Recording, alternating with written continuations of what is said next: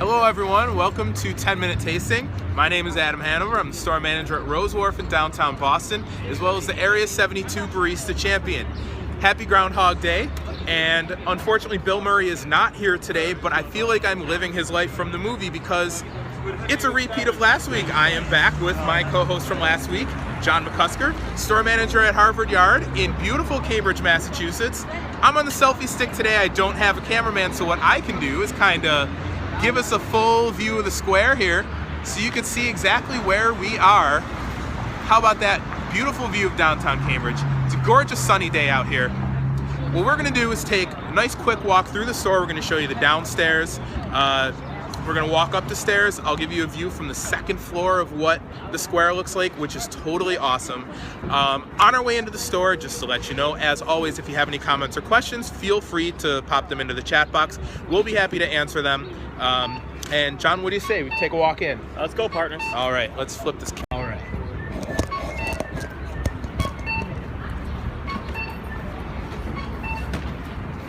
So here's what I love about your store, John. When we walk into this front door here, this is a slightly larger pastry case and everything than you would find at a normal Starbucks. But as we look around the line, it looks just like a regular Starbucks. However, it's a very clean, very well put together Starbucks with some great partners, with some great behaviors on the floor.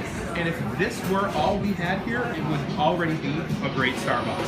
However, with the great leadership that we have in the store, partners, you're about to see the upstairs, which is what really makes this the coup de grace. So let's take a walk through.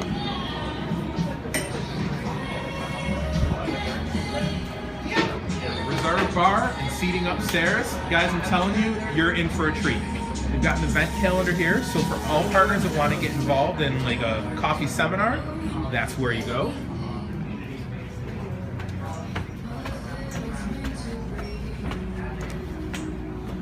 Great light fixtures. Now John's going to take us back behind the bar and show us exactly what equipment they have here. However, all these bay windows that we have up here, I would be remiss if I didn't show you the view of Cambridge from here.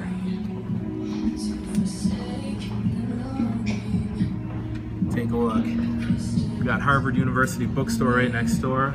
Really great stuff. So John, thanks again for having us come through again today. Absolutely, my pleasure. So today's tasting is going to look a little bit different than last time. Usually we're sitting down, we're having a nice cup of coffee together. Today we're actually going to be trying Ethiopia Yirgacheffe Chelba, the new reserve, off of the siphon. Now the siphon, as we saw a little bit of last week, you can see it brewing right there. This is a very, very cool machine. It takes about 8 minutes to brew a cup of coffee off of the siphon. So we already had it going for us before we came upstairs. So we're going to be able to have a nice tasting off of that. Now, last week, I'm going to flip this. All right. So as I said, it's going to look a little bit different because John and I are going to be standing behind the bar today to have a taste. Get that going. Get this stuff out of your way. Awesome. So right now we're heating up the water, Adam, and basically what you're looking for is large bubbles in your siphon. Okay. When that's ready, we'll plug it up and create the process. Cool. It takes a little bit of time. It can take up to 7 minutes to make a siphon, but it's definitely worth it in the end. So what is most of the time spent on heating up the water? Most of it's heating up the water, and this is a great time to actually connect with the customer about the coffee they purchased. You get to tell them about the coffee facts, about flavor profile, about why you like the coffee, maybe why you suggested the coffee. Interesting. And why it was a wise decision to get a siphon. Right. So partners, I know I like to spend a lot of this show talking about love of coffee and kind of the experience around drinking the coffee, rather than talking about operational procedures or the actual job, because this is meant to be a break in your day, right? However, this is an opportunity for a learning experience for you guys to understand connecting with the customer over the coffee as we brew the coffee is a really important process. Those stores that are reserve stores and have the clover machine, really important that we make sure that we connect with our partners who are paying for, a little bit extra with the coffee. So while we're waiting for the siphon to finish, John just stepped away. I can share a little bit about the coffee that we're going to be tasting today. So the Ethiopia Yirgacheffe Chelba is our newest reserve offering. So for those of you who don't work at a reserve store and want to try this, the offering should be available anywhere from 1 to 2 months in our stores. And the reason why we chose this today is the siphon is really good for the flavor profile of the Ethiopia Yirgacheffe Chelba. However, I only know that based off of paper because this is going to be my first tasting off of the siphon as well. I've never had this before, so you're going to be experiencing it on the camera as I'm experiencing it for the first time ever. So I'm really excited to see what this flavor profile brings. And like I mentioned, Groundhog Day last week, we had Ethiopia Core. I feel like I'm reliving things this week. We're having the Ethiopia Reserve. I kind of wanted to do the exact same coffee off of a different brew method with John this week so that we could see what's different between the French press from last week and what's different between the siphon this week. So as you can see, Adam, if you look here, right, what happened is I stopped the hot air from having anywhere to go. Okay. So it's actually going to force itself up through that filter. Very cool. Once all the water's up there, we'll add the coffee, give it a stir, saturate the grinds, and turn it down to medium. Cool. So is this a kind of a intensive process in terms of labor, or is there a lot of machine time labor? There's machine time, but you don't really walk away. Okay. So up here at the reserve bar, it's really about that one-on-one connection, no matter what else is happening. Very cool. Here goes our Chelba.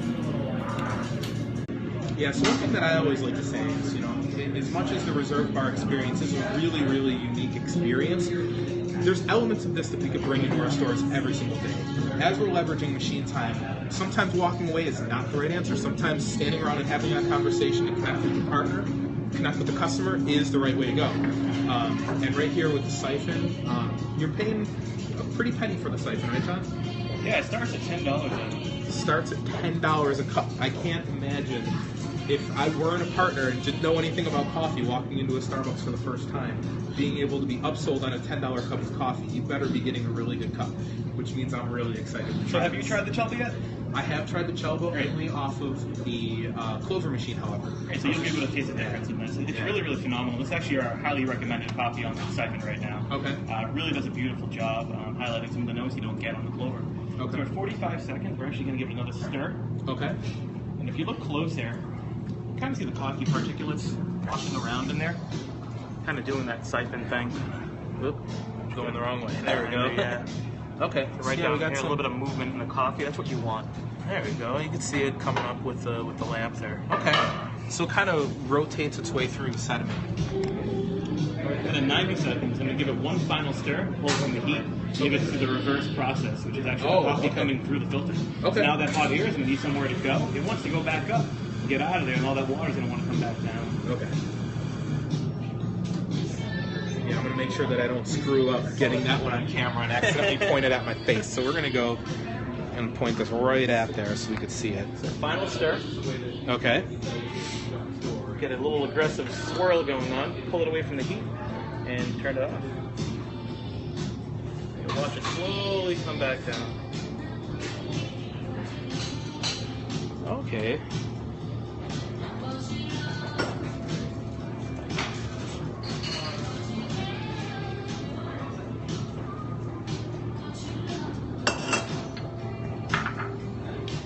So it's got a nice slow extraction process coming through.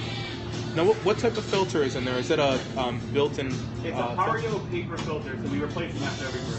Oh, okay. Sometimes you'll see in stores, you'll see cloth filters out, but we don't do the cloth filter around here. Okay. So what you're looking for at the end is almost like a perfect tennis ball dome.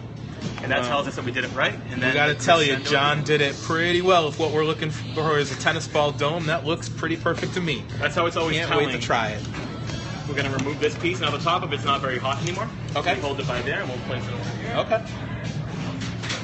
You never hand the customer this piece as much as they might want it. But we do have these fancy little carafes you can fill it into.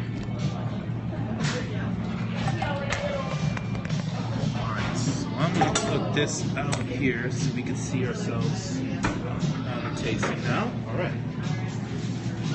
So So this is actually how we serve it to the customers as well in a carafe. So we would chalk on the side the name of the coffee.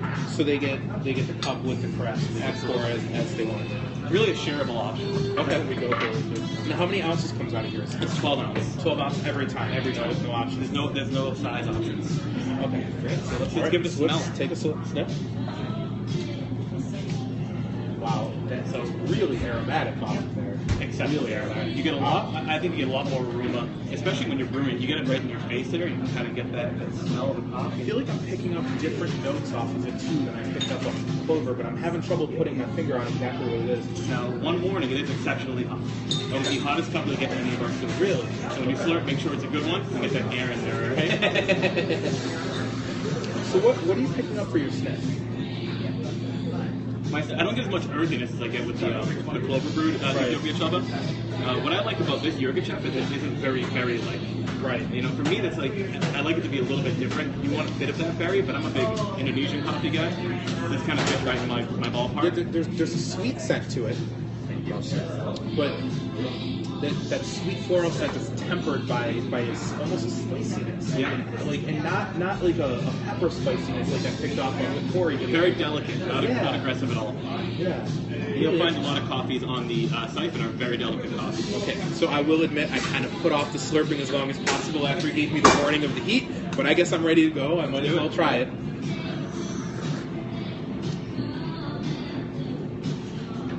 Wow, this coffee is really good body. So, where are we locating this, John? I'm getting a lot of the sweet in my tongue. A lot of the sweet. Yeah, which I don't get on the clover version of that. That's a good point. Yeah. I'm picking up a lot of juiciness in the acidity off of this. A lot of juiciness. That's probably the most surprising note that I've picked up so far.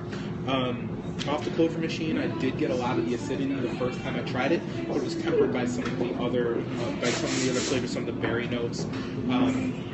But that sweetness and that acidity really, really pop on this off the side. This really brings those two forward, so it isn't a very aggressive coffee. It's super delicate, very light. So what effect does the siphon tend to have on coffee, or is it different from each one? So on every coffee, what it really does is it highlights those lighter, more delicate flavors of a coffee. Okay. Because it's so hot, for one, we're using a paper filter for two. When you get into that degree and you use a filtration system, you're really going to clean out any of the sediment. How clean is that cup? Right, I was just about to say, it's even cleaner than the clover. It's an exceptionally clean cup of coffee. Wow. If you were to look at the bottom of your cup when you're done, there's going to be no sediment. Interesting. Now, even though this is my first time having a siphon, I did know a little bit of background about the equipment. As fancy as these look, the digital timers on the front of them, this is a piece of brewing equipment that has been in existence since the 1800s. It was invented in Germany in the 1800s. I forgot the name of the inventor. However, I thought it was very cool to find out that this has been around for now almost 140 years. Brewing methods. Yeah, it's older than espresso. It predates espresso with crema on top by almost 70 years. And wow, what a great cup of coffee. I can't imagine ever having a siphon in the 1800s and thinking I need to come up with a different brewing method than this. Yes, in the 1800s they would use an open flame. And you can still do this. You can still buy open flame siphons to do on stovetop, but you don't have that control that you have with the halogen bulbs that we use here. So you kind of change the temperature. Exactly. So it drops it very quickly on the halogen, whereas with the flame you may have to take a little bit more. Very cool. All right, partners, I got to tell you, if you have not been up to the clover bar here, up to the reserve bar here for one of our partner nights, now is definitely the time to get involved. Now that you've seen the siphon, you will get a chance to play with the siphon. For those of you watching who have been up here for a partner night before, you do know you get a chance to play with it. You get a chance to try to perfect that tennis ball curvature on the top of the grinds. And it looks like it's really fun to play with, and I can't wait to try one after we're done with our video today. But in the meantime, we are going to get to see the Black Eagle espresso machine in action real fast before we sign off. So I'm going to, again, flip the camera around so you're not looking at me, and I'll just kind of narrate as we go through the grind process. Okay, so one of my partners, Melissa, says she's got me with hearts. I'm getting a ton of hearts, so that'll help raise our score on Periscope so that we get viewed by more people. All right. So now we're going to flip around. This is what the Black Eagle looks like from the front. And how special is Harvard Yard? They have their very own technician on site. Hello, Colleen. Good to see you again. Nice to see you.